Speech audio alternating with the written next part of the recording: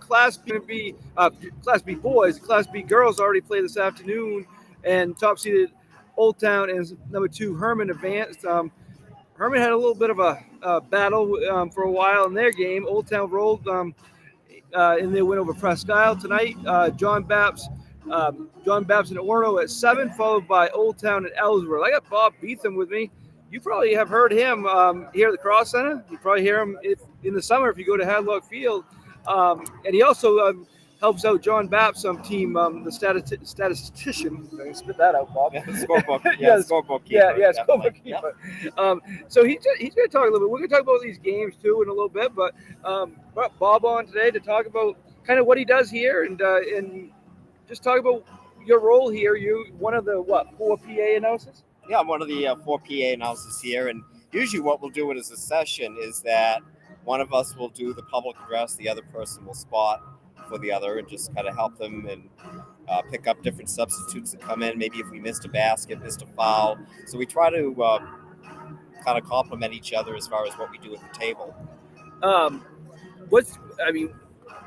You've done PA for how many years? This is my third tournament. I started in 2019, and then I started doing basketball at the University of Maine in Farmington, where I graduated from, and then also I've done Mansfield Stadium. This will be my 27th season. Also a lot of high school football as well, and soccer, field hockey, a number of different sports in the area. As professional as you get. I mean, when you hear Bob on the PA, what's that? I know during the senior league, when the senior league World Series, a lot of tough names.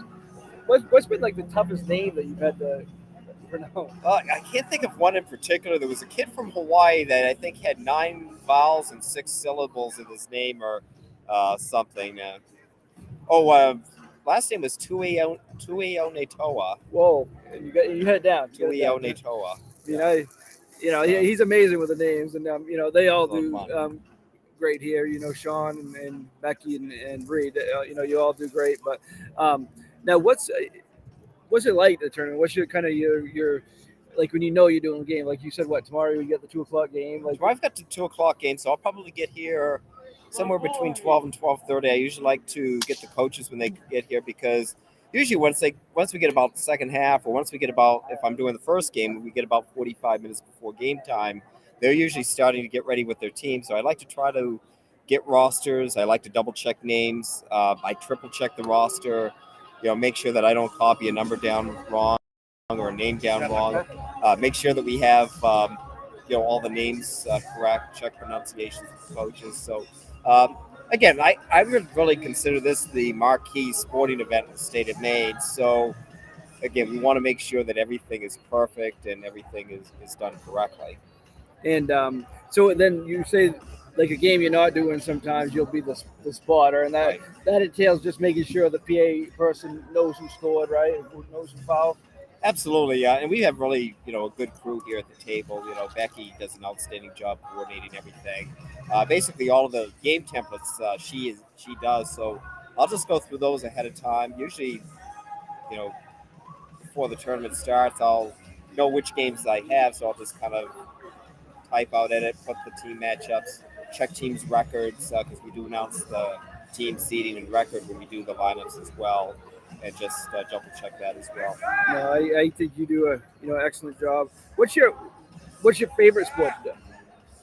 It's probably, I would say, basketball. Again, this is, as I said, the premier sporting event in the state of Maine. I don't think anything else really comes close. So I really enjoy doing basketball. And then probably after that, I would say football. I really enjoy doing high school football games. And then, we had an opportunity to do a state final this year for the first time, and probably have some of those going forward. And then, I've done baseball for the last 27 years and enjoy that. But I would say probably basketball and then football and baseball in that order. Yeah, and as I said, you do an excellent job with all of them, and you're the voice of Mansfield Stadium, that's for sure. But we're going to take a short break, and then we'll come back and we'll kind of talk about these games tonight and what's going on in this tournament. Be back after these messages. Keep it local and stop by Kimball Insurance for all your insurance needs. Whether it be auto, home, farm, business, life, or health insurance, we have you covered. Our agents are ready to serve you and help you with your needs. Visit us at Kimball Insurance at 91 Main Street in Sangerville, Maine, online at KimballInsuranceAgency.com, or visit us on Facebook to see what we can do for you. Kimball's, your insurance is our business. That's coming tonight, mate. Back here at the Cross Insurance Center on this Wednesday night, the first day of semifinal action here in Bangor. And Bob, kind of, we talked about what you do and everything. How about your philosophy and your on everything there? My basic philosophy, I'm doing PA. Sometimes less is more. I know sometimes, and I've heard PA announcers trying to pump the crowd up and trying to really energize the crowd. That's not really my style. That's not really what I'm there for. Basically, I'm there to provide information. I try to do it as concisely and as clear as I possibly can. Yeah, and definitely, you probably, a lot of you that, going to tune into this, have heard Bob, and that's exactly what he does. So. And I think, too, is that normally when you're talking when you're on a PA mic, because you're projecting over a PA system to an audience, you're going to talk slower and you're going to enunciate more than you normally would in normal conversation. It's very different than maybe doing a radio broadcast or just talking normal conversation. I want to make sure that I'm enunciating every syllable. I take pauses between every 3 or 4 words.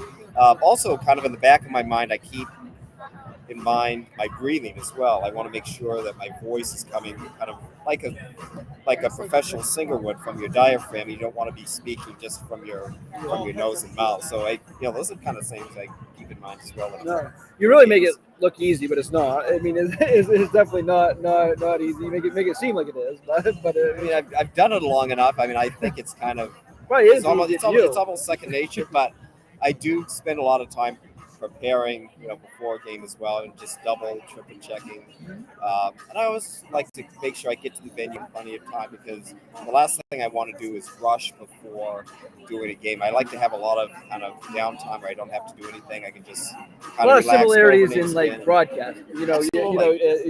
Broadcasting on air, you want to get there early, prepare in case something goes wrong. You want to have time, and then if everything goes right, you'll have plenty of time to kind of before the game actually starts. So absolutely, yeah.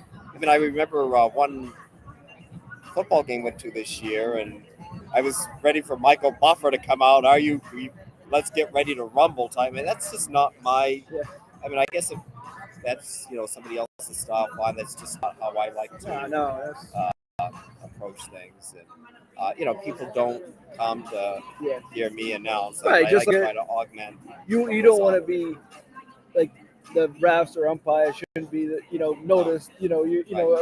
More than anything. And same thing. Yeah. I like, and I certainly don't compare myself to him by any means, but I always liked Bob Shepard's philosophy with a longtime public address announcer for the Yankees. His goal was to be clear, concise, and correct, and that's what I try to do when I'm behind the mic. So. Definitely, you do a great job. Thank you. Well, this afternoon, Old Town really showed why they're the number 1 seed, huh? Oh, they certainly did. I mean, they were obviously very, very good, and Prescal had a great win. Got 12 wins, with that team this year. Just kind of ran into it down. A balanced attack. Cindy Lauren led the way with 21 points, but they just up and down that roster. Five players with at least 7. That's going to get it done most nights, especially when you got 121. But they split with Herman during the regular season. Herman struggled a little bit today, but they got. And that's what we do at this point in the season is get through, and it should be a matchup with Old Town, huh? Yeah, certainly banged up. I don't know what the Tracy girl's dad is. I imagine she'll probably play, but she was certainly banged up in that game today. Wyman, is certainly. I mean, Wyman's awfully tough player for them inside, and that was a very physical basketball game. Again, they play very good defense. One thing that's traditionally hurt Old Town against Herman in the past, too, is Herman's length on the perimeter. Certainly LaBelle, I think, can get out on shoes. They've got a couple of other, girls with some pretty good length as well. So that should be a real good matchup. I expect a low-scoring defense on Saturday. Yeah, I agree. And let's talk a little bit about, because the Class C finished this morning, semifinal matchups. First the girls' action. I think we're going to see two opposite games. I think PVHS Dexter will be low scoring. Both those coaches, both defense. That's why they go further than most people think they can most of the time. That's going to be a defense. The other game, Hudson and Stearns, might be totally opposite. They both those teams probably like to get up and down a little bit. But as I talked to Nick Cullen last night after the game, he knows for them to get far in the tournament, their defense is going to need to do well. So, that's going to be the key. But first, let's start with Dexter PVHS. I would say first team, the 30 wins that ball game on Friday night or Friday afternoon rather. Jody Grant just does such a tremendous job. Their man-to-man defense is very good. The girls play within themselves, play together. Jody just gets so much out of that team. And then you have Penobscot Valley, very young team as well, and another outstanding coach. Plays in a 1-3-1 zone. Can Dexter make enough shots in that game to win? We shall see on Friday. And then in the other game, Anna Oliver in a tournament debut was certainly very impressive. And won quite easily against Central. Yeah, today.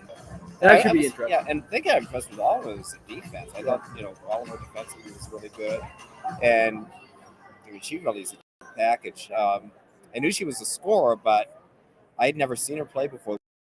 The way she distributed the basketball, the way she was truly.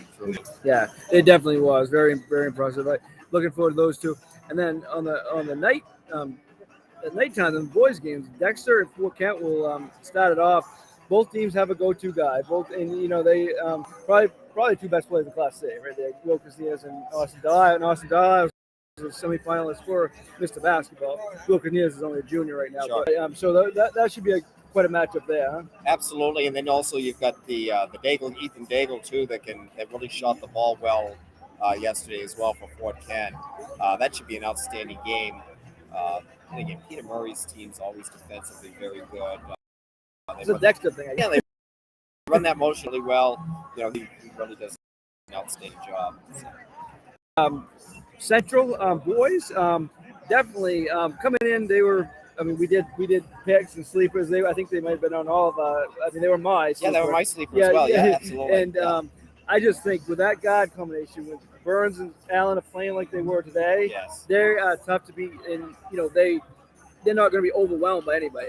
They might not win every game, but they're going to be in every game if those two can play like that. They combined 47 points. Burns was under control. If he plays under control, yes, and Allen, can shoot, the environment didn't affect him.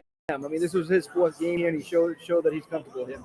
Definitely. I thought both players really played within themselves today. Allen didn't force anything today.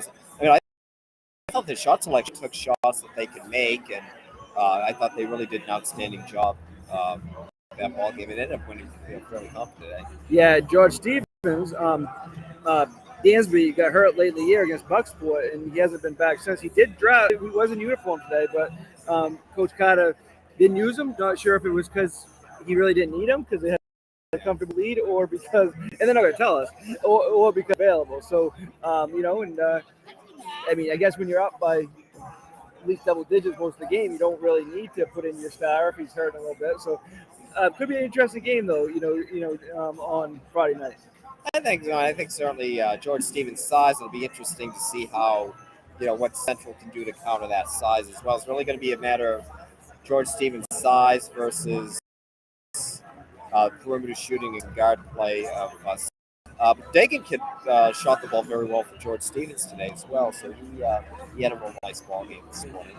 So we kind of talked about your part of the John Baptist staff. What do you think the feeling is for that team going into this game? Obviously, they haven't, first time they got this far in many, many years. 26 years. Yeah, Coach. Coach Jones does a great job with them. Fiore was excellent the other night. What do you think the mindset is for that group coming in? They're playing with a tremendous amount of confidence right now. We know 1-0. We split the season, beat them in overtime here, and then lost a 7-point game up. They were down 22, clawed our way back, got it down to 4. Kind of ran out of time at the end of that game, but we're a different team and I think that we're almost a different team than they are as well. So I like the matchup tonight. I think with them. Again, we'll see. How we play tonight. Eduardo Fiore, played out of his mind the other night. Johnny Pangburn, really handles the ball. And when you go 12 or 14 in the fourth quarter to secure a win, that's going to get it done. Absolutely, shot well from the foul line. And that really had been an Achilles heel for us during the season was the foul line. And, we shot the ball well the other night from the line. And then, we've been getting to the foul line as well. We haven't been settling for threes, like maybe we did some years. So that's really been key. And, maybe, and also by doing that, getting the other team into foul trouble a little bit, maybe if we can get a couple of their kids into early foul trouble, that can change the complexion of things a little bit as well. Maybe we can catch you in later in the week, Bob, but what do you forward to really, one regional finals set. What are you kind of looking forward to maybe or the next few days? I think that Kent boys game is really going to be another game. That game on Friday night. We really haven't had a lot of, up until now, it's had very small games. So hopefully that'll change here going forward. Start getting more competitive as of now. But I want to thank you, Bob, for joining us. I know you got a busy night ahead. You got the John Baptist game coming up, and then you're going to take in that with Old Town. Taking that one, yeah. And, do update. There's two big games going on down in Augusta for kind of local teams tonight. Brewers Skowhegan play at 7. That should be a great game. And the high-powered Nokomis Warriors play after that against Coney. So we'll keep you updated on EasternMaineSports.com about that. And don't forget about the ticket giveaway for all three regional sessions on Saturday. EasternMaineSports.com, the Facebook page, Eastern Maine Sports, for all the details. Thank you, Bob. Hey, thanks for having me. All right, and we'll